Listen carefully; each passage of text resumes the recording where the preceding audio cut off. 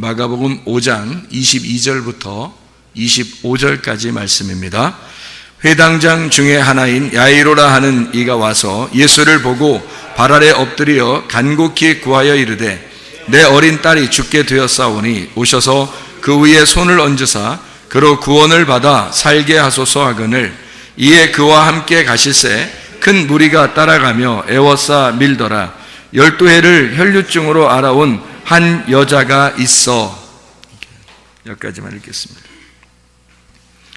우리는 낮에 여자에 대한 이야기를 배웠습니다.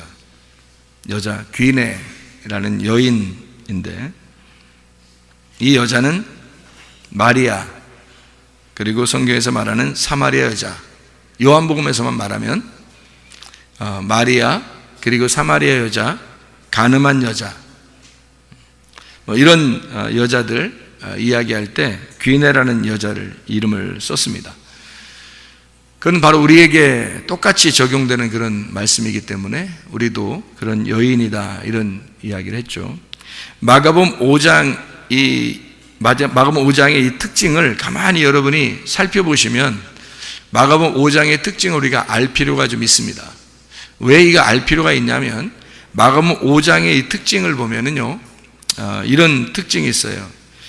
마가복음 5장의 1절부터 20절까지 말씀을 보면요, 마가복음 5장 1절부터 20절까지의 말씀에 보면 뭐에 대한 이야기가 나와요? 귀신 들린 사람에 대한, 무덤 사이에서, 무덤 안에서 있는 귀신 들린 사람에 대한 이야기가 나와 있습니다. 거기에 있는 귀신은 어떤 단어를 썼냐면 더러운 영, 더러운 마음, 그러니까 푸뉴마 아가달톤이라는 단어를 썼습니다. 그러니까 푸뉴마 아가달토스라는 이 말은 더럽다, 그러니까 깨끗하지 못한 영, 푸뉴마, 깨끗하지 못한 마음, 이것을 귀신이라고 얘기했어요. 여기서 그 귀신이 들려있는 사람이니까 더러운 마음을 가진 사람, 더러운 영을 가진 사람이다, 이렇게 볼 수가 있는 거죠.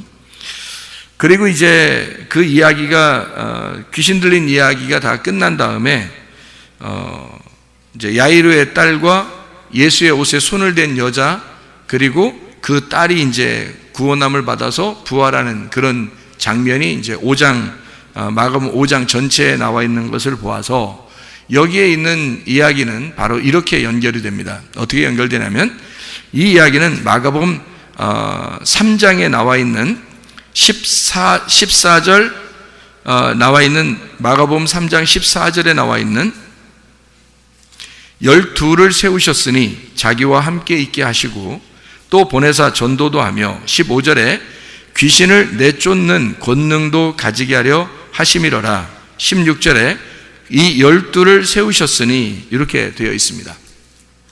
그래서 마가복음 3장에는 12 제자를 세웠다라는 얘기가 나오고, 그리고 마가복음 5장에는 귀신 들린 사람에 대한 이야기가 나오고요.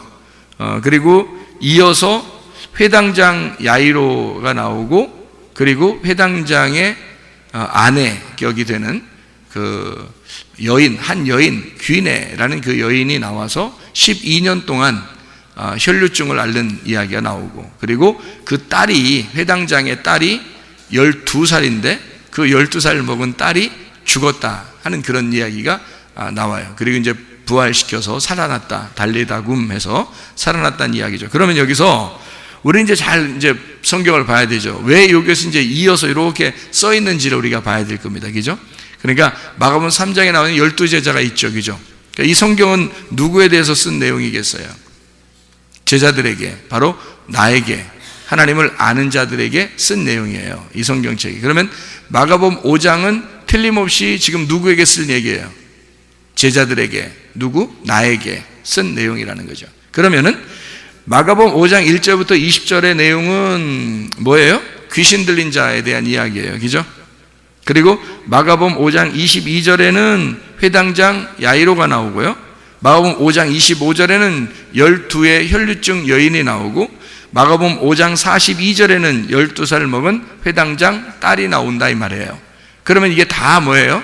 12제자, 또 또 12년 동안 혈류증 여인, 그리고 12살 먹은 어린아이, 이게 다 같은 내용으로 지금 써 있는 거죠. 그것을 뭔가 설명해 주려고 하는 그런 내용이겠죠, 그죠? 그래서 12제자에게 쓴, 그러면 12제자가 바로 뭐에 걸렸다는 얘기예요? 마가복음 5장에 보면 귀신 들렸다는 얘기예요. 그러니까 무덤 안에서, 무덤 사이에서 있는 귀신 들린 자라고 하는 건 뭐예요? 무덤 사이에서, 무덤 안에서 귀신 들렸다는 얘기인데, 그 무덤 안에서 귀신 들려 있는 사람을 얘기하는데, 그 무덤 안에가 어디예요? 네, 성전입니다.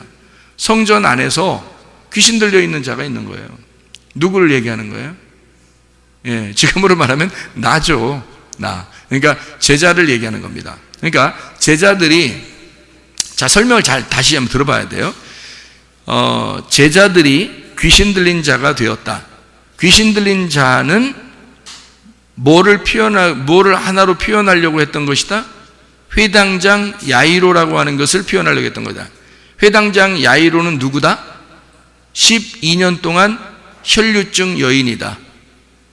12년 동안 혈류증 여인이 피 흘리다가 12살 먹은 어린아이로 죽었다. 여러분 지금 뭔 얘기하는지, 목사님 뭔 얘기하는 거예요? 이렇게 할지 모르겠지만 이게 성경을 지금 다시 한번 봐봐요. 지금 뭐라고 설명을 하고 싶은지 한번 잘 보세요. 회당장 야이로는 그 딸이 하나 있었어요. 근데 죽어가고 있었습니다. 근데 피가 계속 흐르면 죽어요, 안 죽어요? 죽죠. 근데 그 여인도 12년 동안 피가 흐르고 있어요. 그렇죠? 참 이상하죠, 그죠? 참 이상한 집안이야, 그죠? 회당장 야이로는 부자예요, 거지예요? 부자입니다. 아주 그 대표적인 사람이에요. 그 나라에서 대표적인 사람인데, 이 사람이 사실은 속에는 어떤 사람이라는 거예요. 예, 피가 유실되고 있는, 죽어가는 사람이란 얘기예요. 그리고 급기야 죽었다는 얘기입니다. 그러니까 이 사람을 살리는 거죠. 그러니까 회당장 야이로가 12년 혈류병 여인이고, 12년 혈류병 회당장 야이로가 자기 딸 12년 동안 살았던 어린아이, 죽음을 앞에 놓고 있는 그 어린아이란 말이에요. 그러니까 이 어린아이와 혈류병 여인을 통해서 지금 누구를 설명하는 거예요? 회당장 야이로를 설명하는 거예요. 회당장 야이로가 어떤 사람이겠어요? 회당장이니까 율법의 사람이죠. 그러니까 율법의 사람이라고 하는 것을 설명하는 거예요. 회당장 야이로가. 그러면 율법의 사람이라고 하는 이 사람은 하나님을 아는 사람이에요? 모르는 사람이에요? 하나님을 아는 사람이죠. 근데 하나님을 아는데 제대로 알아요? 제대로 몰라요? 제대로 모르니까 죽어가고 있는 거죠. 그러니까 제대로 알았다면 죽지 않죠. 그죠? 그래서 이 사람이 예수님을 만나가지고 살려주세요. 왜? 나는 죽어가고 있으니까. 내 딸이 죽어가고 있습니다. 그러니까 그건 자기가 죽어가고 있다는 얘기예요. 그렇죠? 자기 딸이 자기잖아. 그죠? 자기 딸이 자기나 마찬가지라고요. 그러니까 자기가 죽어가고 있습니다. 살려주십시오. 그래서 예수님한테 회당장이라는 사람이, 그 당시에 회당장이 예수라는 사람을 만날 필요가 있을까요? 만날 필요 없습니다. 그 정도 권세를 가진 사람이, 그리고 그 정도 말씀을 알고 율법적인 그런 사람이 예수라고 하는, 사람들이 좀 이상하게 보는 그런 예수라는 사람을 일부러 만날 이유가 없는 거예요. 근데 예수 안 만나면 다 죽게 생긴 거야. 그러니까 도저히 안 만나면 안 되게 생긴 거예요. 그래서 예수를 꼭 만났어야 되는 거예요. 그러니까 이 사람이 죽어가는 사람이 아니었다면 만날 이유가 없었던 거죠. 자기 딸이 죽어가니까 사정하고 싶어서 만난 거예요. 그죠? 그러니까 이 사람이 지금 어떤 상태냐라고 하는 것을 이 마가복음 5장은 다 설명을 해주고 있는 거예요. 회당장 야이로를 통해서 그가 어떤 사람인지를 설명해 주는 거죠. 그러면은 회당장 야이로의 딸이 나중에 달리다굼 해서 살아나요, 안 살아나요? 여러분 다 내용은 아시죠? 그러니까 뭐 달리다굼 하니까 소녀야 일어나라, 그러니까 일어났죠. 예수님이 세상에 소녀야 일어나라 멋있게 말했는데 진짜 안 일어나 봐요. 얼마나 자세 안 나옵니까? 안 되잖아요. 그러니까 예수님이 딱 손잡고 말해요. 그 시체한테 손 잡는 거 안 되잖아요. 원래 안 되는데 시체를 만지면 안 되거든요. 근데 뭐 그렇게 만져도 회당장이 뭐 꼼짝 못해요. 왜냐하면 자기 딸이니까. 자기 딸을 만졌는데 어떻게 해? 꼼짝 못해. 원래 부정하거든. 만지면 안 되는데 만져. 그래 만지고서 회당 소녀야 일어나라 그래요. 한마디 하니까요 이 아이가 막 온기가 돌아오고 싹 일어납니다. 일어나요. 일어났더니 예수님이 특이하게, 다른 데는 그런 말 안 해요. 다른 데는, 다른 성경에는요 그냥 그냥 일어나라, 일어나라, 의자 들고 가라, 이런 얘기도 하고, 들 것을 들고 네가 가라, 걸어가라, 집으로 가서 간증해라, 이런 얘기도 하고 그러는데, 특이하게 여기는요 달리다 굼 하고서 뭐라고 얘기해요? 예, 먹을 거 주라고 그래요. 희한하죠. 이게 특이하게 여기에 나타나는 현상이거든요. 마가복음 5장에. 그러면 여기에 죽음이라고 하는 것은 뭐하고 연결됐다는 걸 얘기하는 거예요. 먹는 거하고 연결됐다는 얘기예요. 아, 잘못 먹으면 죽는구나. 자, 예수님 만나기 전에 먹는 게 있었어요. 누가? 회당장이, 그 가족이. 그죠? 예수님 만나기 전에 먹는 게 있었어요. 근데 그걸 먹었더니 죽어가더라 이거예요. 그래서 예수님을 만났더니 예수님이 내 거를 먹어라, 이제는 먹을 것 좀 줘라 이래요. 그랬더니 그 먹을 거가 파고 먹다, 식사하다라는 얘기인데, 이게 SDO, 먹다, 개걸스럽게 먹다, 그러니까 살다, 그러니까 살게 해라, 먹어서 살게 하라는 말이거든요. 이 말이요. 달리다 굼, 잠자는 자여 일어나라 그랬습니다. 그러면 일어나라 그 말은 누워있어라의 반대니까, 일어나라 그 말은 자유하라 그 말과 같은 얘기죠. 부활해라, 살아나라, 자유해라, 해방시키겠다, 똑같은 얘기겠죠. 치료해주겠다, 구원해주겠다, 그런 말이잖아요. 자, 일어나라, 달리다 굼입니다. 자유해라. 그러면 억압되어 있으면, 뭔가에 억압되어 있으면 어떻게 돼요? 그러면 누워있는 거고, 죽어있는 거고, 잠자는 자고, 그죠? 뭐에 억압되어 있으면. 그러면 이거를 풀어주고 자유하게 하면 달리다 굼인 거죠. 살아난 거고, 부활한 거고, 구원을 받은 거고, 치료를 받은 거라는 거죠.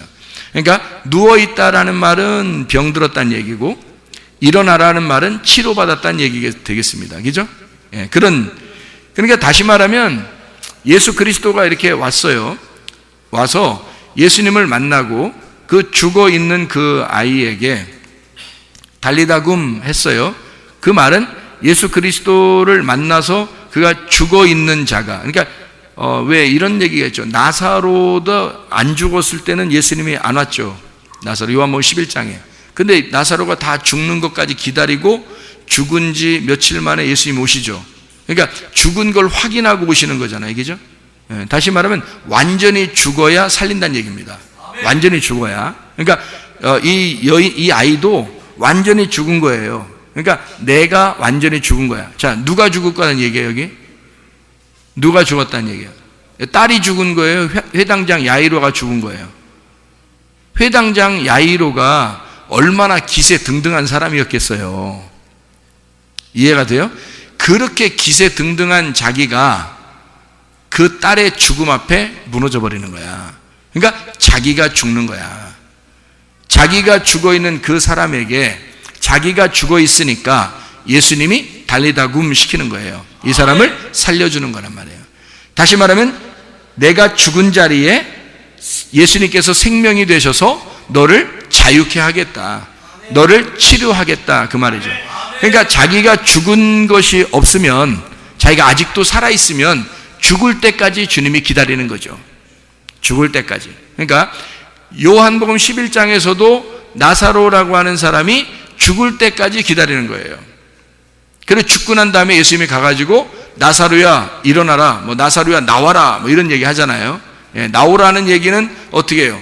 해방되라는 얘기죠. 자유하라는 얘기고, 거기 억압되어 있지 말고 풀어져라, 치료가 되어라, 구원받아라, 그 말이거든요. 그러니까 너가 지금 완전히 죽은 그 무덤에서 벗어나라, 그 말이거든요. 나와라, 그렇게 했어요. 똑같은 거죠. 달리다 굼 한다고 하는 것은 여기서 진리에 의하여 네가 죽었던 네가 생명을 받아서 네가 일어나 치료를 받아라, 구원을 받아라, 그런 말씀이죠. 그러니까 여기서 특이하게 살려놓고 먹으라 그렇게 해요. 그러니까 먹는 데 문제가 있었다는 얘기예요. 그러면 어떤 거에 먹는 게 문제가 있었다는 얘기예요? 회당장이 먹는 게 문제가 있었다는 얘기죠. 그럼 회당장은 보통 뭘 먹고 살아요? 밥 먹고 살지, 뭐 빵하고 밥 먹고 뭐 이런 거, 음료수도 마시고 포도주도 마시고 이렇게 살겠죠. 그런 얘기겠어요? 설마 그런 얘기겠냐고. 그냥 먹으라 이렇게 할 때 특이하게, 그럼 다른 데도 다 먹는 게 중요한 거라면 예수님이 살려주면 무조건 다 먹여야죠. 먹어라. 그다음에 또 뭐 병 치료해서 다 먹어라. 그리고 또 뭐 하고서 구원시켜 먹어라. 이렇게 다 했어야 되는데 여기만 나온단 말이에요. 여기만 나온다는 얘기, 여기에 어떤 특별한 이유가 있다는 거죠. 먹는 문제가. 그러니까 먹는 문제는 여러분과 제가 잘 알듯이 성경에서 양식, 먹는다 이런 것은 보통 뭘 먹는다는 얘기예요? 말씀을 얘기하는 거죠. 그러니까 먹는데 예수님이 주는 말씀하고 예수님이 오기 전에, 회당장을 만나기 전에 회당장의 집에서 먹던 음식이 있었던 거라야지, 그죠? 그러면 말씀인데 예수님을 만나기 전에 먹던 양식이 있었고 말씀이 있었고, 예수님을 만나고 난 다음에 예수님이 먹으라고 하는 양식이 있단 말이에요. 그러니까 예수님이 주는 양식을 먹어야 하고 예수님이 주지 않는 양식들이 있었단 얘기예요. 그러면 예전에 있었던 그 예수님이 오지 않았을 때 주던 양식을 회당장의 가족들은 먹었던 거죠. 그러니 생명이 다 빠져나가고 죽어가고 있다는 얘기예요. 실제로 죽었단 말입니다. 다시 말하면 그거를 죽이는 양식, 죽이는 말씀이었던 거죠. 그러면 그 말씀의 말씀이 비교가 돼서 이건 선한 말씀이야, 이건 악한 말씀이야, 이건 깨끗한 말씀이야, 이거는 더러운 말씀이야, 이거는 깨끗한 마음이야, 이거는 더러운 마음이야, 이건 깨끗한 영이야, 이건 더러운 영이야. 하나님의 말씀은 영이요 생명이야.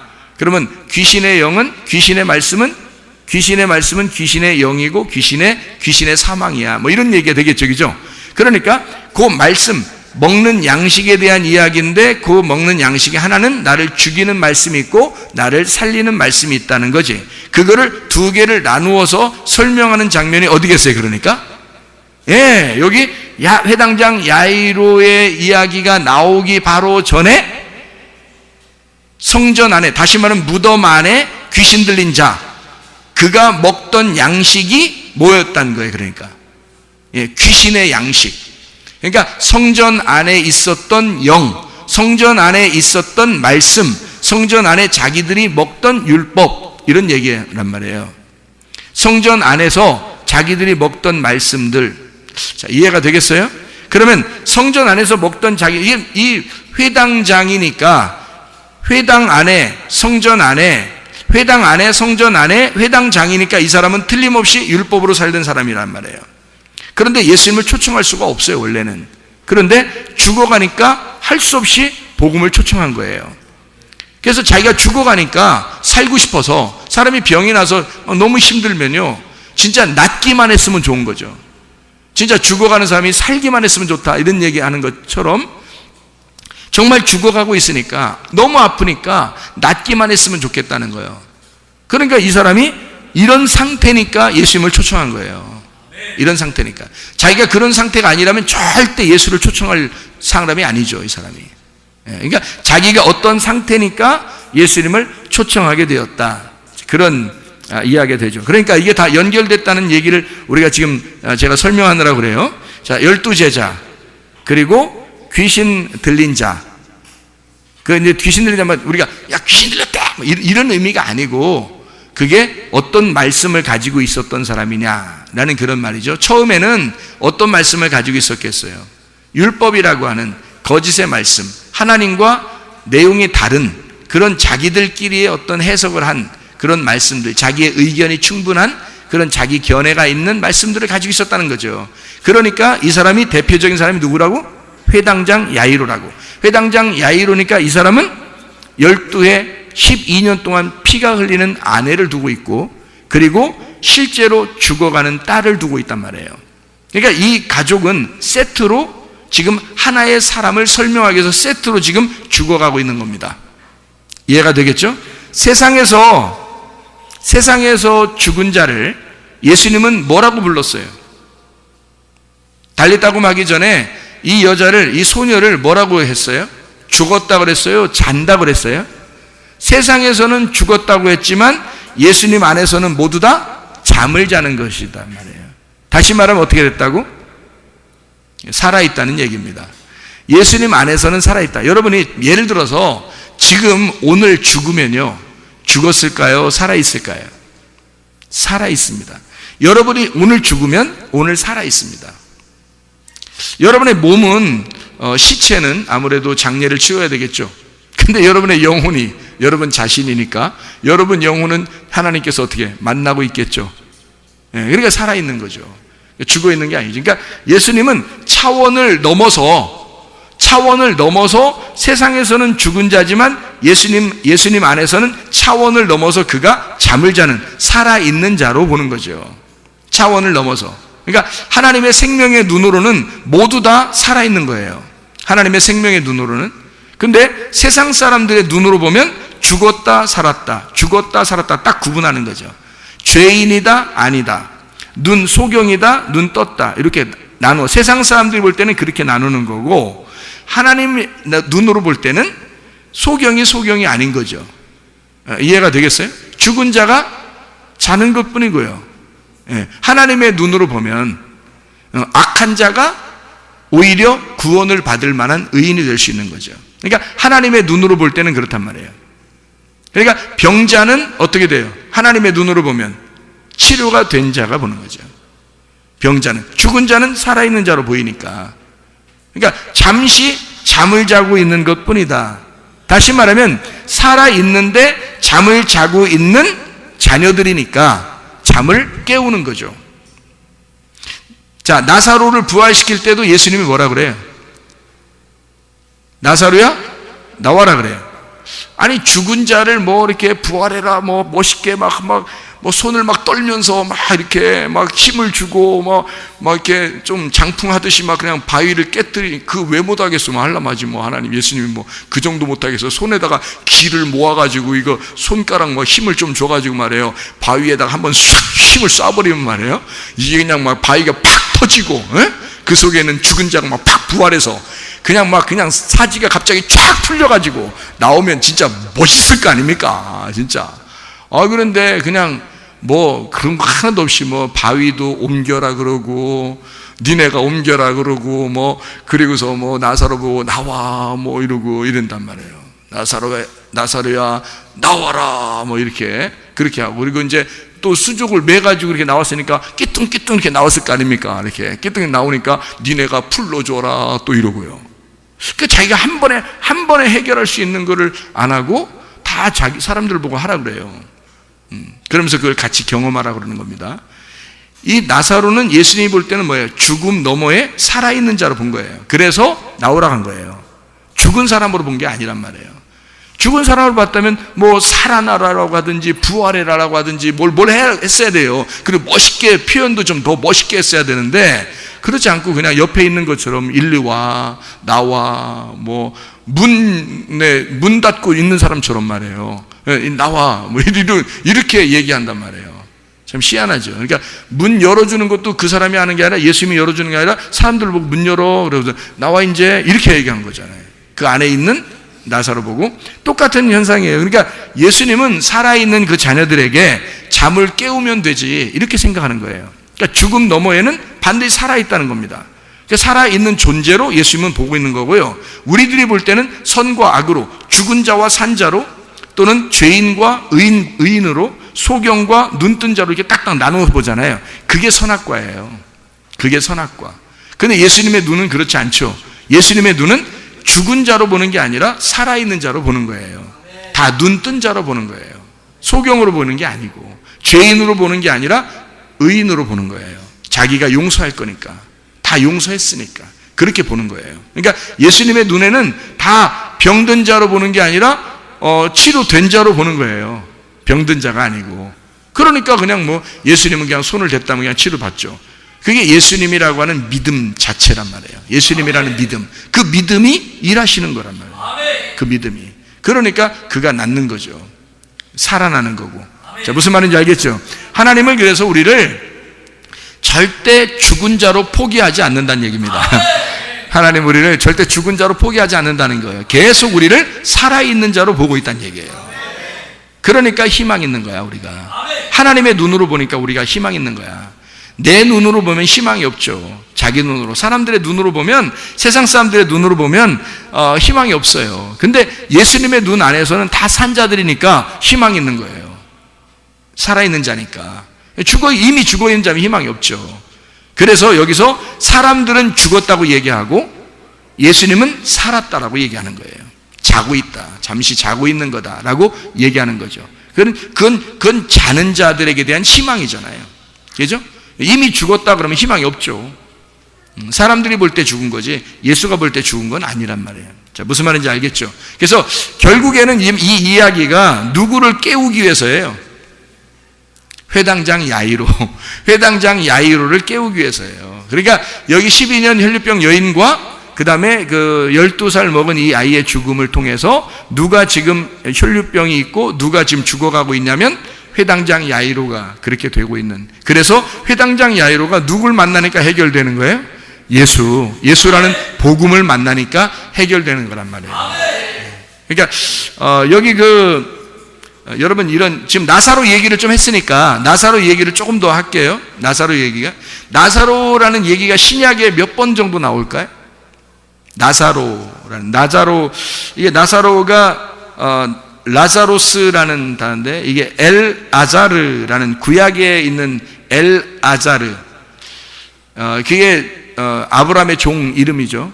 엘리에셀, 엘 아자르라는 그 엘 아자르가 하나님은 돕는 자라는 단어고요.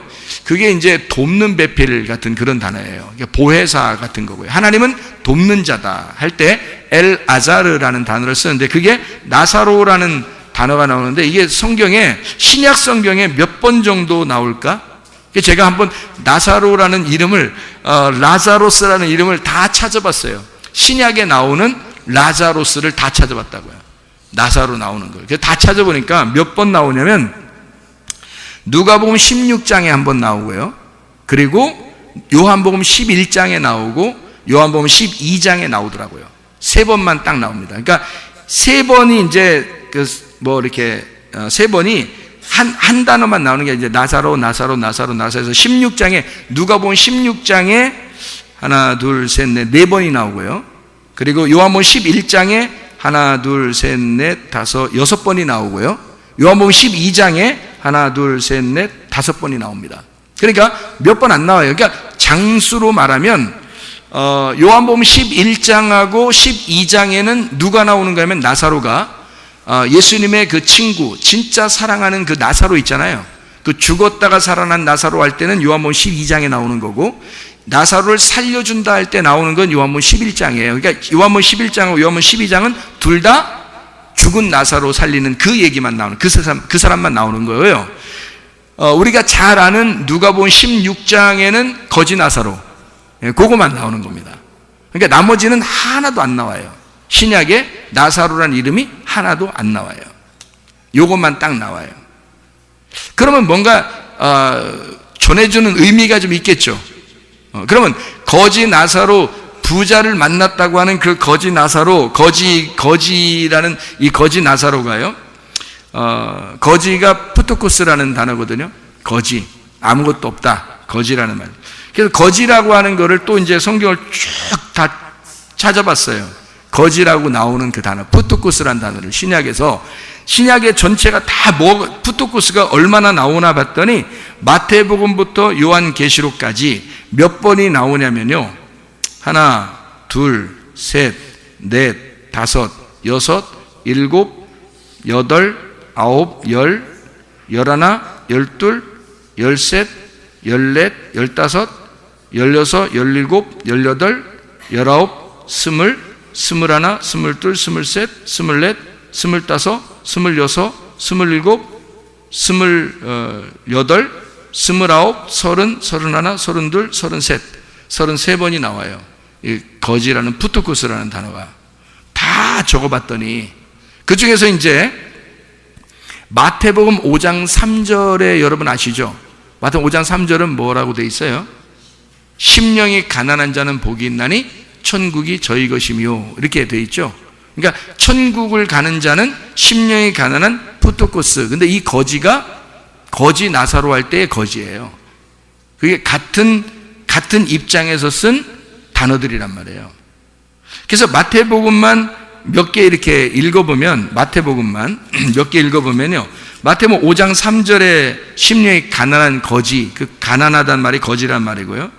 마태복음 11장 5절에 나온 맹인이 보며 못 걷는 사람이 걸으며 나병 환자가 깨끗함을 받으며 못 듣는 자가 들으며 죽은 자가 살아나며 가난한 자에게 복음이 전파된다 할 때, 그 가난한 자 거지에게만 복음이 전파된다고 되어 있어요. 그러니까 복음이 가난한 거지에게만 복음이, 푸토코스에게만 복음이 전파된다는 거예요. 그러면 누구만 구원받아 천국 간다는 얘기예요?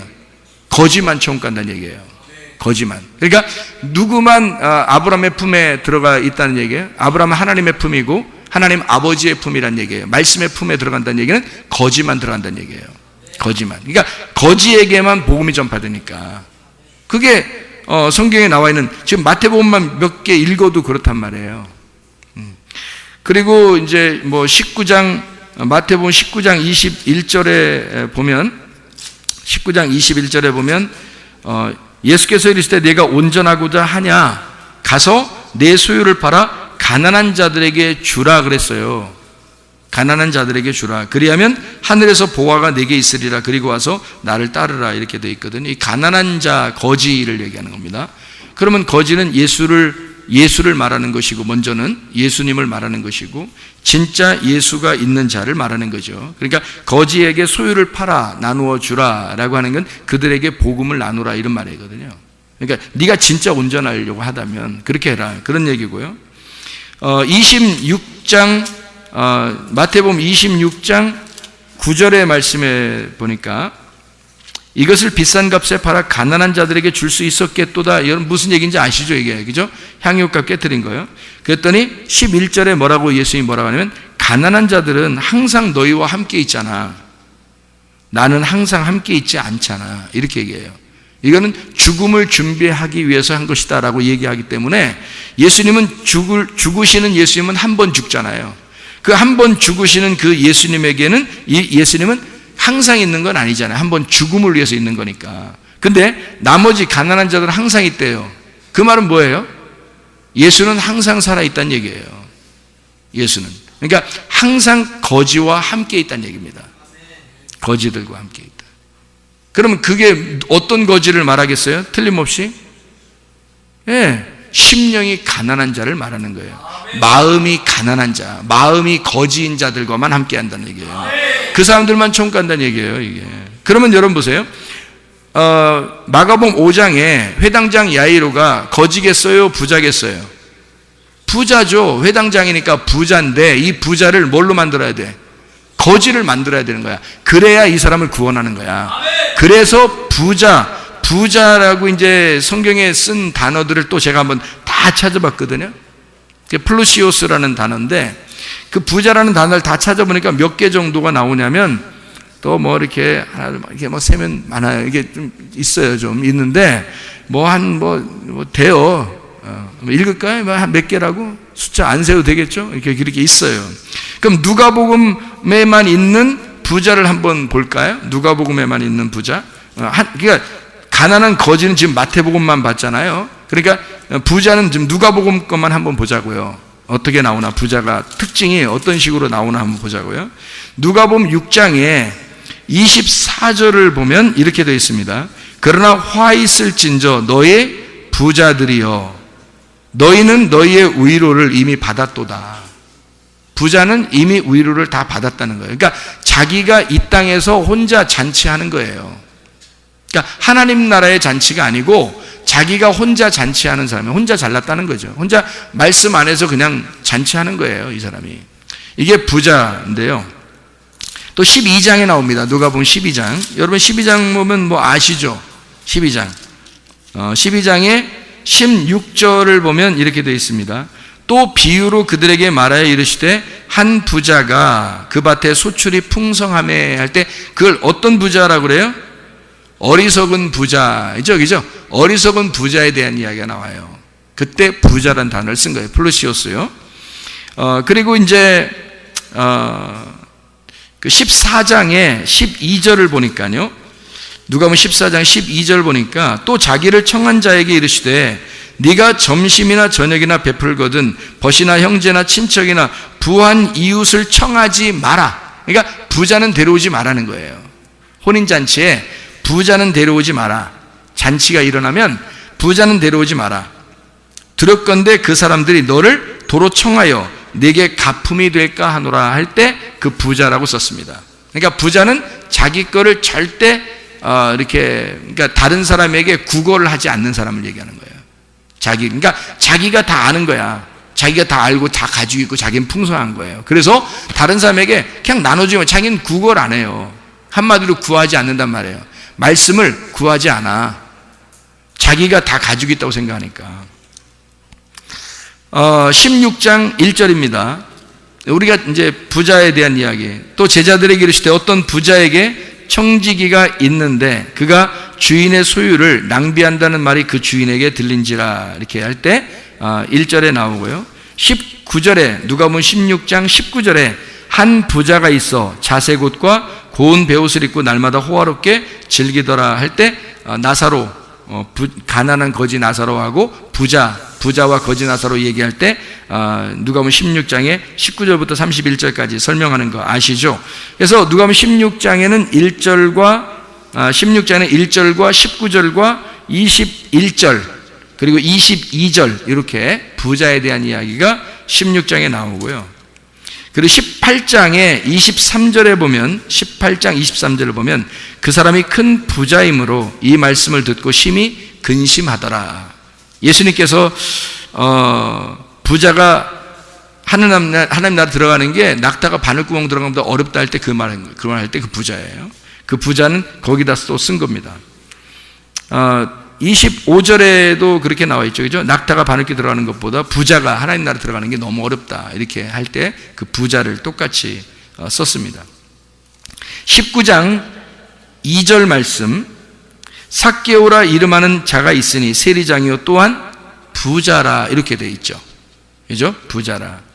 그리고 21장 1절 말씀 보니까 예수께서 눈을 들어 부자들이 헌금함에 헌금 넣는 것을 보시고 가난한 거지 같은 과부가 드리는 것을 보고 더 크게 드렸다라고 얘기할 때 부자들이 헌금을 냈다 이렇게 얘기하는 그 얘기.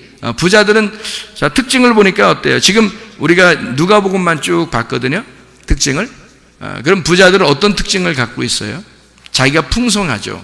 풍성하니까 다른 사람에게 구걸하지 않는 거예요. 그죠? 그러니까 한마디로 말하면 부족함이 없는 겁니다. 자기가 부족하지 않으니까 예수가 필요하지 않겠죠. 그죠? 복음이라는 예수가 필요하지 않아요. 왜냐하면 복음은 가난한 자들과만 함께 있으니까. 그렇죠? 그러니까 부자의 특징을 보니까 여기서 누구누구 특징이 나와요? 어리석은 부자가 나오고요. 부자가 거지 나서 할 때 그 부자가 나오고요. 그리고 삭개오도 부자라고 나오고요. 그죠? 그리고 헌금 낼 때 부자도 나오고요. 또 청함 받을 때 부자는 청하지 말라 이런 말도 나오고요. 그죠? 그러니까 여기서 이 부자들에 대한 이야기가 이렇게 나오고 거지에 대한 이야기가 나오는데 회당장 야이로라고 하는 마가복음 5장에 회당장 야이로가 부자였죠. 그러니까 뭘 만들어야 돼요? 가난한 거지를 만들어야 돼. 그러니까 부자에서 가난한 거지를 만들려니까 지금 자기가 가지고 있는 걸 다 뺏어야 돼, 안 뺏어야 돼요? 다 뺏겨야 되는 거예요. 그래서 이 회당장이 자기 그 아내인 여인 12년 동안 혈류병, 그러니까 이게 그 피가 계속 흘러나가는 그런 병을 가진 여인, 그리고 그 딸이 죽어가는 그 딸을 바라보면서 자기에게 희망을 다 잃어버린 거죠. 자기가 이제까지 알고 있었던 자기가 가지고 있던 그 부자의 모든 행태가 다 사라지는 겁니다. 그때. 그러니까 예수님 앞에서 자기가 완전히 다 깨지는 거죠. 원래 부자는요, 개를 밑에 두고 자기가 음식을 먹다가 개한테 던집니다. 그러면 개가 이제 그걸 받아먹거든요. 그런데 수르보니게 여인 알죠? 수르보니게 여인. 그 수르보니게 여인은 자기를 개만 또 못하게 여겨 예수님이. 그래서 솔로몬의 개인한테는 내가 개들한테 주는 말씀도 개한테 던져주는 것도 못 주겠다, 뭐 이런 얘기를 해요. 그러니까 내가 개들한테는 줄 수 있지만 너한테는 못 준다, 이런 얘기도 되는 거고요. 개한테 주는 것만큼도 너한테는 할 수 없다, 이렇게. 그러니까 부자들도 개한테 던지지 않습니까? 라고 얘기하면서 예수님은 뭐라고 하냐면, 그 여자의 얘기에 예수님은 뭐라고 대답하냐면, 나는 이스라엘의 사람들, 이스라엘 내 백성에게 왔지 이방인에게 오지 않았다. 이방인인 이 수르보니게 여인은 그러면 부자도 개한테 던져주는데요, 그러면 개한테 던져주는 그것만 나한테 던져줘도 내가 그걸로 좀 살아나지 않겠습니까? 내 딸이 살지 않겠습니까? 라고 할 때 그 개 있잖아요, 개. 이 개라고 하는 게 이게 퀴나리온이라는 단어를 썼고요. 이게 개가 사냥개 할 때 퀴온이라는 단어입니다. 마가복음, 우리가 지금 보고 있으니까 마가복음 7장의 28절 말씀이에요. 마가복음 7장 28절 말씀. 여자가 대답하여 이르되 주여 올소이다. 상 아래 개들도 아이들이 먹던 부스러기를 먹나이다 라고 자기에게 지금 자기를 취급을 뭐라고 한 거예요? 이 수르보니게 여인은 지금 자기를 뭐라고 취급한 거죠? 개라고 취급한 거예요. 내가 개인데요, 나 개인데 개는 부스러기라도 먹지 않습니까? 그러니 내가 개인데 나한테 좀 던져주세요. 그러니까 나사로가요, 부자와 거지 나사로에서 그 나사로가 누구하고 함께 먹고 있었어요? 누가 나사로의 그 헌대를 핥고 그랬어요? 개입니다. 이상하죠? 특징적으로 개하고 거지하고 같이 나와요. 개하고 거지하고, 그리고 개하고 이런 수르보니게 여인하고 같이 나오죠. 그러니까 이 개는 어떤 특징을 가지고 있냐면 부자의 상에서 떨어지는 부스러기를 먹는 이방인들을 얘기하는 거고, 그리고 죄인을 상징하는 거죠. 그게 개란 얘기입니다. 그리고 이 사람들은 특히 자기가 내세울 게 하나도 있어요, 없어요? 없죠. 그러니까 거지라는 거예요. 거지. 그런데 문제는 부자가 천국 가는 게 아니라 거지가 천국 간다고 성경에 나오는 거예요. 부자는 다 천국을 못 갑니다. 그래서 이걸 구분을 일부러 부자와 거지로 딱 나눈 거예요. 부자는 천국 못 가게 돼 있고 거지는 천국에 가게 돼 있는데, 그 거지를 푸토쿠스라고 그러고 이거를 가난한 자들에게만 복음이 전파된다고 그렇게 말해라. 가난한 자들에게만. 그래서 이 가난한 거지에게만 복음이 들어갈 것이고, 복음이 들어간 사람들만 구원받아 아브라함의 품, 하나님 말씀의 품, 하나님의 품에 들어간다. 이걸 설명하는 거거든요. 그러면 반드시 뭐가 돼야 되냐면 부자는 거지가 돼야 된다는 얘기예요. 무슨 말인지 알겠습니까? 이 땅의 얘기를 하는 게 아니에요. 이게 여러분이 알고 있는 것들을 얘기하는 겁니다. 여러분이 알고 있는 것들을 얘기하는데요, 여기 회당장 야이로는 자기가 알고 있는 것들이 있을 겁니다. 충분히, 그죠? 자기 지식이 있을 거고, 자기 생각이 있을 거고, 자기 의견이 있을 거예요. 자기 견해가 충분히 있을 거란 말이에요. 그런데 이거를 싹 다 뺏겨서 거지가 되지 않으면 회당장 야이로는 희망이 없어요, 하나님이 보실 때. 그래서 이걸 다 뺏어놔야 돼요. 다 뺏으면 거지가 되는 거거든요. 자기가 알고 있었던 게 있고 회당장인데 다 뺏으려니까 어떻게 해요? 다 쳐버리는 거죠. 주변을, 이 사람이 가지고 있는 모든 소유를 다 쳐버리는 겁니다. 그럼 이 사람이 깨끗한 자기만 딱 나오겠죠? 거지로 나오는 겁니다. 그러니까 한마디로 옷을 이거 입고 저거 입고 계속 겹겹이 입었는데 옷을 싹 벗겨놓고 그냥 알몸땡이로 딱 예수님 부르는 거예요. 그러니 그 앞에서 예수님 앞에서 뭐라고 얘기하겠어요? 자기가 잘난 체를 하겠어요? 뭐 하겠어요? 다 죽어가고 있는데, 지금 딸이 지금 앞에서 죽어가고 실제로 죽었는데, 그러는데 거기 앞에서 예수님 앞에서 뭔 잘난 체를 하고 있으며 회당에서 내가 율법에서는 내가 이렇게도 행하고 저렇게도 행하고 내가 이런 사람인데요, 당신은 뭘 얘기하러 이 땅에 왔습니까? 하면서 부자들은 그렇게 얘기하거든요. 바리새인들은 그렇게 예수님을 대적하고 그러거든요. 그런데 이 사람은 할 말이 없어요. 왜? 자기 죽어가니까. 그러니까 완전히 이 사람 거를 빼내서 부자를 거지, 개로 만들어 버리는 거예요. 이게 쉬운 거냐고. 이게 부자를 겹겹이 옷을 껴입은 부자를 개 만들어 버리는 겁니다. 이게 이런 작업이에요. 그러니까 이 작업을 하는데 보통 이 작업이냐고 이게. 그러니까 사람 하나 작살 내버리는 거예요. 한마디로 사람 하나 병신 만들어 버리는 거야. 그리고서 개 만들어서 구원하겠다는 거예요. 주님이 개 만들어서. 그러니까 거지 만들어서 구원하겠다는 거예요. 여러분 잘났으면 얼마나 잘났어요? 어떻게 해야지 구원받아요? 내 개입니다. 내가 가면 생각하니까 그지예요. 나 개입니다. 나 아무 가진 게 없네요. 나 진짜 주님의 복음만 필요합니다. 나 살려주세요. 나를 치료해 주세요. 나를 거듭나게 해주세요. 내 생각 다 빼버리고 주님 생각으로만 살겠습니다. 내 믿음 빼고 주님 믿음으로 내가 살겠습니다. 내 말씀 다 빼고 주님 말씀으로만 살겠습니다. 이거는 거지만 구걸하는 거예요. 거지만 구걸하는 거예요. 이 사람이 거지가 안 돼서는 예수님을 초청할 수가 없습니다. 거지가 되니까 초청하는 거예요. 예수를. 그리고 예수는 그의 죽음을 살려버리는 겁니다. 그 집안에 죽어가는 그 집안을 살려버리는 거예요. 여러분의 집안이 잘 되는 역사, 여러분 몸이 잘 되는 역사, 여러분의 그 잘못된 모든 문제들이 갑자기 잘 되는 역사는 예수가 초청되면 됩니다. 예수가 예수의 말씀이 여러분 안에 들어오시면 되는 거고요. 예수의 믿음이 여러분의 가정에 강타하면 되는 것입니다. 자기가 할 수 있는 게 아니에요. 내가 할 수 없을 땐 다 내려놓는 겁니다. 그냥 거지가 되는 거예요. 그냥 개가 되는 것입니다. 그러면 주님이 그냥 살리는 거야. 이 사람을. 그 구원이야. 그게 치료고, 그 말씀의 역사, 그 믿음의 역사가 들어오는 되는 것입니다. 내게 아니야. 내가 가지고 있었던 거 아니야. 이제까지 가지고 있었던 거 아니고 예수가 가지고 와야 되는 거예요. 예수의 복음이 와야 돼. 치료가 와야 돼. 그 믿음이 와야 돼. 내 거 아니고 예수께 와야 되는 거예요. 그게 와야 구원받는 것입니다. 그래서 거지만 복음이 들어간다는 것입니다. 거지만 자기가 뭐 좀 알고 있다, 교회 생활 뭐 오래 했다, 다 소용없어요. 그게 뭐냐고. 그게 뭐가 대단해서.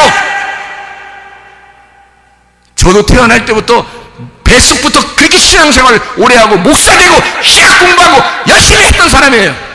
그게 뭐? 그래서 다 필요 없어요. 주님 앞에서 내가 벌거숭이 모습으로 나 거지예요. 나 죽어가고 있어요. 주의 복음이 필요합니다. 치유자가 필요합니다. 살려주십시오. 그게 필요한 거란 말이에요. 모압 여인 룻이라는 여인이 있죠. 귀내입니다. 신약으로 말하면 그 여인이 귀내라는 여자예요. 귀내라는 여자는 마리아, 그리고 가늠한 여자, 사마리아 여자, 이게 다 귀내입니다. 남편을 구하는 여자예요. 너무 불쌍한 사람들이죠. 그런 사람들 주님께서 외면하지 않습니다. 반드시 주님은 신랑으로 찾아오십시오. 모압 여자 이 룻 희망이 있습니까? 자기 남편 죽고 희망이 있어요? 그래서 이스라엘로 시어머니 따라서 돌아왔어요. 우리나라 말로, 우리나라 같이 따지면 가장 관계가 안 좋은 사람하고 온 거예요. 아니, 가장 관계가 좋은 사람이었어요. 성경에선 그렇단 말이에요. 성경에선 가장 관계가 좋은 사람으로 왔는데, 한국 말로 따지면, 한국 사람의 그 정서로 따지면 가장 관계가 안 좋은 사람으로 온 거란 말이에요. 아무도 의지할 사람이 없어요. 시어머니 하나 붙들고 왔으니까 시어머니 하나 받고 대화할 사람이 없어요. 그런 사람이에요. 얼마나 외롭겠어요. 아무도 만날 수도 없고 그냥 그 여인, 그 시어머니 하나 따라서 왔어요. 시어머니가 어떤 나라 사람이냐면요, 이스라엘의 베들레헴 사람이에요.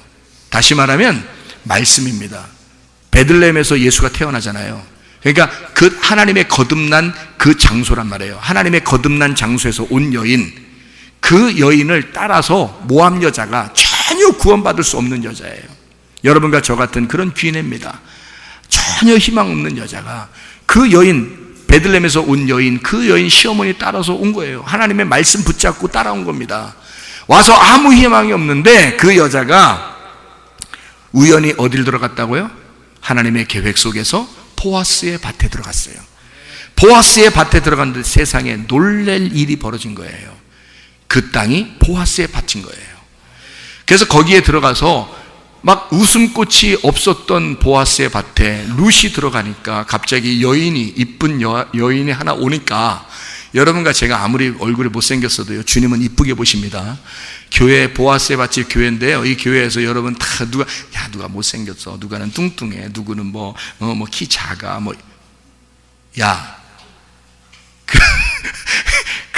그런 소리, 그 주둥이라고 그건 다 주둥이에요. 그건 입이 아니에요. 그런 게 어딨어요. 보아스의 밭에는 지금 룻만 들어오면 웃음꽃이 피는 장소가 된 거예요. 룻이 들어와서 괜히 화기애애해진 거예요. 보아스가 괜히 기분 좋아해요. 저 여인이 누구냐? 다 물어보고, 괜히 물어봐요. 왜 물어봐? 어떤 여자야? 이러면서 괜히 물어보고 그래요. 그리고 다 알고 있었어요. 근데 그 여인한테 친절을 베풀고 막 이럽니다. 그 여자가 누구의 지시를 받고 또 들어오냐면요, 시어머니의 지시를 받고 둘이 이제 작전을 세우는데, 시어머니의 그 작전에 싹 이제 계획을 세워가지고요, 그 시어머니가 뭐라 했어요? 말씀, 보아스를 연결해주는 성령님입니다. 그게 시어머니예요. 그래서 이 룻이 그 말씀에 따라 그 계획의 작전을 딱 짜가지고요, 들어왔어요. 이 여자는 신약으로 말하면 뭐라겠어요? 마리아와 같은, 사마리 여자와 같은, 가늠한 여자와 같은, 해산하는 여인과 같은 그런 여자라고 그랬죠. 그런 귀내는 바로 뭘 해야지 귀내가 완성이 되는 거예요? 이 뱃속에 잉태를 해야 이게 완성이 되는 거예요. 아이가 태어나야 이게 여자가 완성이 되는 거예요. 귀내는 부족한 밭이에요. 부족한 배를 가진 여자, 씨가 필요한 여자, 이게 귀내란 말이에요. 그래서 뭔가가 채워져야 할, 남편을 만나야 할 여인이 귀내란 말이에요. 그래서 이 여인도 남편을 만나야 돼요. 이 뱃속에 아들이 잉태가 되면 되는 거예요. 그러면 자기의 지금까지 죽어가던 그 생명이 빠져나가는 피가 흐르던 것이 멈춘단 말이에요. 이 여자가. 이게 혈류병 여인이라는 거지. 이 혈류병 여인도 피가 자꾸 새는 거예요. 죽어가는 거잖아요. 근데 임신을 해버리면 피가 딱 멈춥니다. 이해가 되겠어요? 임신을 해버리면 속에 아이가 딱 들어가면 그러면 딱 멈춰요. 누가 주인이 된 거예요? 아기가 주인이 된 거예요. 아기가 들어가서 이제까지의 내 몸에 주인이 나였는데 아기가 들어와서 아기가 주인이 돼버리는 거예요. 그러면 이 여자가 자기가 주인이니까 지금 어느 나라 여자로 왔어요? 모압 여자로 왔는데 아기는 지금 누구 아기를 받았어요? 보아스의 아기를 받은 거예요. 그러니까 지금 이 속의 뱃속은 지금 누가 자라나고 있는 거예요? 베들레헴 사람이 자라나고 있는 거예요. 베들레헴에서 태어난 예수가 자라나고 있는 거란 말이에요, 속에. 이해가 돼요? 그러니까 이 귀내는 뭐 할 때 완성이 된다고? 이 밭에 씨가 들어가서 정착을 하고 출산, 이것이 씨가 터져 나오면 이게 완전히 완성이 되는 밭이 되는 거란 말이에요. 밭이 그러니까 혼자 자기가 주인이었었는데 씨가 들어오니까 씨가 주인이 돼버리는 거야. 그래서 씨가 주인이 되니까 밭이 자기가 완전히 씨한테 정복당한 거야. 그러니까 씨가 주인이 돼버린 거지. 씨가 자기 밭을 완전히 정복해버린 거예요. 이 아기가 이 엄마를 완전히 정복해버린 거야. 엄마는 아기한테 꼼짝 못하는 거예요. 그러니까 모압 여자가 베들레헴 사람이 돼버리는 거지. 이해가 됩니까? 모압 여자가 베들레헴 사람이니까 뭐가 들어오니까? 말씀이 들어오니까, 보아스의 씨가 들어오니까 베들레헴 사람이 돼버리는 거야. 이게 베들레헴 아기 예수를 잉태하게 되는 놀라운 여자가 돼버렸단 말이에요. 그래서 그게 귀내가 진짜 씨를 받는 그 순간이 있었다고요. 룻기서에 잘 보세요. 룻기서의 3장의 9절입니다. 3장의 9절. 룻이 보아스의 옷을 덮고 있습니다. 룻이 와가지고요, 살짝 보아스의 옷을 덮은 거예요. 나를 덮으소서, 나를 덮으소서. 그러니까 보아스의 아내가 되는 거야. 여러분, 보아스의 아내가 되는 거야.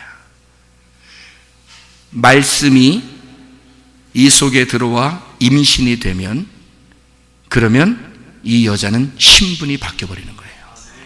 이해가 됩니까? 마가복음 5장의 혈류병 여인은 귀내입니다. 남편을 만나야 하는 씨가 필요한 여인이란 말이에요. 그래서 이 여자가 뭘 만졌어요? 예수의 옷자락을 만진 거야.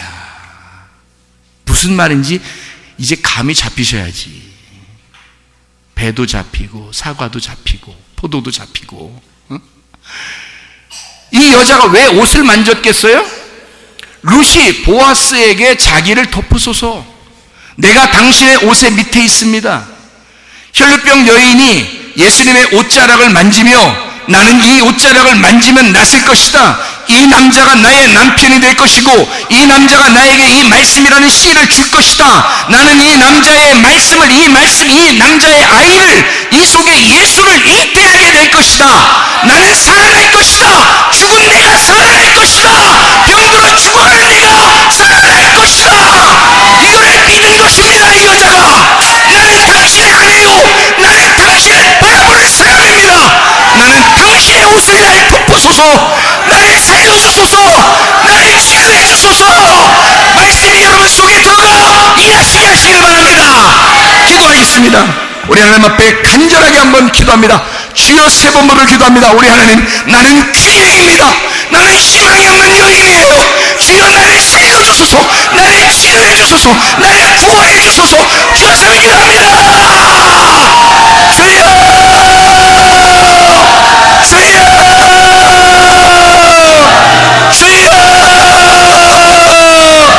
우리 하나님 아버지 역사하시고 인도하심을 믿습니다. 살아계신 우리 하나님 역사하심을 믿습니다. 말씀이 우리 속에 잉태되어 우리 하나님 말씀이 일하시게 도와주옵소서. 말씀이 주인 되게 하옵소서. 믿음이 주인 되게 도와주옵소서. 생명이 주인 되게 도와주시옵소서. 우리 하나님 주 예수가 우리의 목자 되게 하셔서 내 모든 결핍을 가져가 주시고 내 모든 부족한 걸 채워주시고 예수가 나의 목자가 되셔서 나의 모든 구원자가 되셔서 우리 하나님 치료자가 되실 줄로 믿습니다. 말씀이 일하게 하옵소서. 주의 뜻대로 살게 도와주시옵소서. 우리 하나님 예수의 이름으로 명령하며 그들이 이루어진 놀라운 역사가 일어나게 도와주시옵소서. 우리 하나님 아버지, 사랑과 은혜를 감사드립니다. 아버지의 말씀이 우리의 속에 들어가 역사하시옵소서. 우리의 속에 들어가 우리의 주인 되시옵소서. 우리의 목자 되시옵소서. 말씀 우리의 속에 들어가 그들이 역사해 주시옵소서. 나사렛 예수의 이름으로 보다 더 주시나 묶임받고 떠나갈지어다, 떠나갈지어다, 떠나갈지어다. 우리 하나님 역사해 주시옵소서. 그대로 치유자가 역사하시옵소서. 하나님의 말씀이 인도해 주시옵소서. 우리의 목자 되시옵소서. 말씀이 일하시옵소서. 예수 그리스도 존귀하신 이름 받들어 기도 올리옵나이다. 아멘. 우리 하나님 말씀이 여러분에게 들어가서 역사하시기를 소원합니다. 요한복음 15장 7절의 말씀에 보면 너희가 내 안에 거하고 내 말이 너희 안에 거하면 너희가 원하는 대로 구하라, 그리하면 이루리라, 그런 말씀입니다. 그 말은 여러분에게 자주 설명했는데 그 말이 어떤 말이에요? 하나가 되란 말입니다. 너희가 내 안에 거하고, 그 말은 자기가 찢어진다는 얘기야. 자기가 죽으신다는 얘기야. 내가 먼저 죽을 테니까 너희가 내 안에 들어와라, 그 말이고, 내 말은 레마입니다. 레마가 너희 안에 들어가면, 이런 말이거든요. 내 말이 레마인데 그 레마가 너희 안에 들어가면, 그러면 네가 원하는 대로 구하라. 자기 말이 레마인데 레마가 우리 안에 들어온다는 얘기는 내가 어떻게 해야 들어오는 거예요? 예수님이 자기가 자기를 찢어 죽이고 우리를 품에 안았어요. 그러면 예수의 레마가 우리 안에 들어오려면 우리는 어떻게 해야 돼? 우리 가슴이 찢어져야 되겠죠. 우리 가슴이 찢어지고 자기 말 레마가 들어와야 된단 말이에요. 그러면 우리 가슴 안에 뭐가 들어와 있다는 얘기? 레마가 들어와야 된다는 얘기. 그러면 이 레마는 뭐예요? 로고스가 있고 레마가 있잖아, 성경에서. 그럼 왜 레마를 우리에게 들어와야 된다고 그러는 거야? 레마가? 로고스는 하나님 말씀을 얘기하는 거고요. 레마는 우리에게 경험된 말씀을 얘기하는 겁니다. 내 안에 들어온 말씀, 해석된 말씀, 내 안에서 해석된 말씀, 내가 경험한 내 가슴에 온 말씀, 나에게 말씀하신 그 가슴에 온 말씀, 이걸 레마라 그래요. 그 말씀이 여러분에게 오잖아요. 그럼 그 말씀이 여러분을 일하십니다. 그 말씀이 여러분 안에 들어오면 그 말씀이 여러분 속에 들어가서 일하기 시작해요. 그러면 가정의 문제도 해결되고요, 여러분 병의 몸의 문제도 해결됩니다. 그리고 사업의 문제도 해결되고 이상하게 자기는 그 말씀을 사모하고 그냥 가만히 있는데 하나님이 역사하기 시작하는 거예요. 그 말씀이 들어가서 이상하게 자기 주변을 막 바꿔놓기 시작하고 일하기 시작합니다. 실제로 하나님의 말씀이 역사하기 시작하는 거예요. 그걸 여러분이 경험하셔야 된단 말이에요. 하나님은 살아계십니다.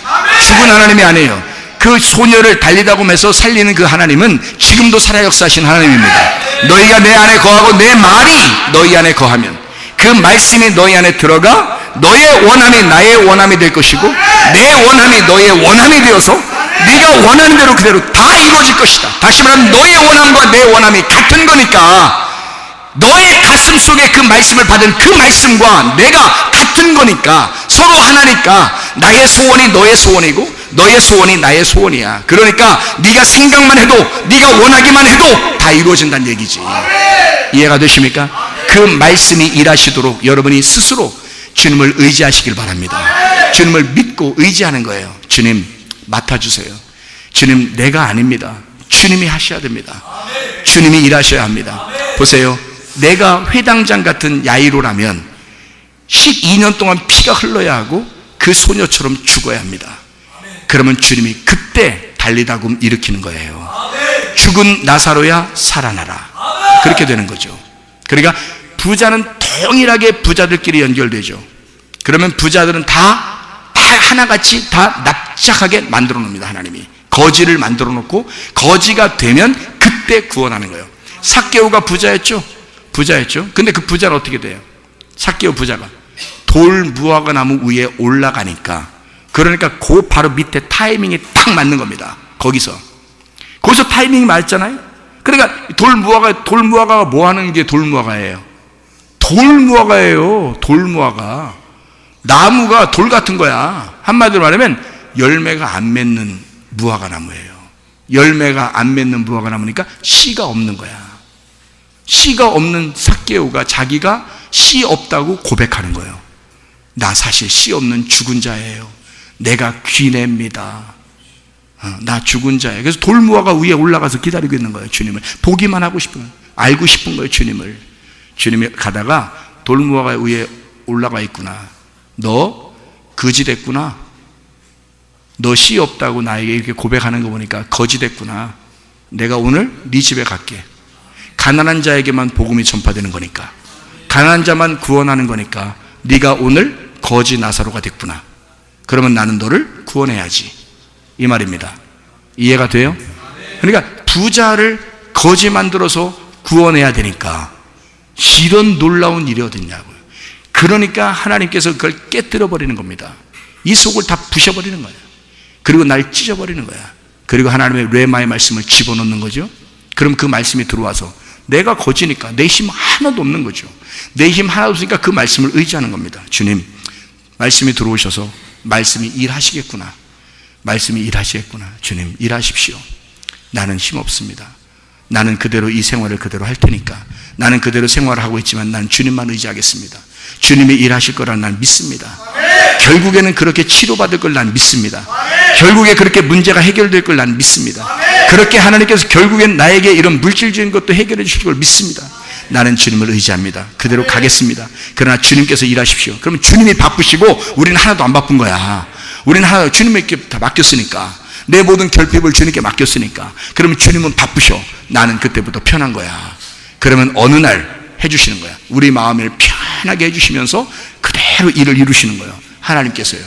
너 나 잘 믿고 있구나. 네가 거지니까, 아무것도 가진 게 없으니까 네 마음 평안하지? 그렇습니다. 주님, 나 아무것도 가진 게 없어요. 그러니까 평안해요. 주님만 의지할 수밖에 없으니까 그 말씀이 내 가슴을 찢고 들어와. 나의 주인 되십시오. 그 말씀으로 일하십시오. 그 말씀으로 여러분 가정에 하나님께서 일하시기를 바랍니다.